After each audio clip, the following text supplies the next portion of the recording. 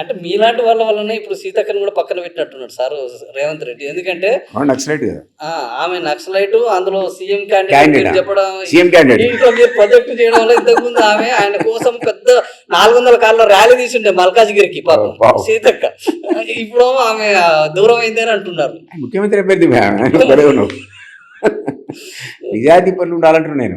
Okay, వాళ్ళ కార్యాచరణ బట్టి, వాళ్ళకున్న హిస్టరీని బట్టి అంతే అంటున్నా తప్ప, కుదరమైతే మనందరికి జేసీ చైర్మన్ గా రథసారథి కదా సార్. ఇప్పుడు హరీష్ రావు అవుతారు అని అంటే మీరేమంటారు? చిచ్చి ఒక కాయిన్కి 2 పక్కలు వాడు మామాలుడు. కేటీఆర్ అయితే వాడు అహంకారి కదా, అహంకారి, చాలా పెద్ద అహంకారి. కవిత అయ్యే అవకాశం ఉందా? కవిత నాకు తెలియదు. ఇప్పుడే నువ్వు చెప్తున్నావు పార్టీ పెడుద్దని.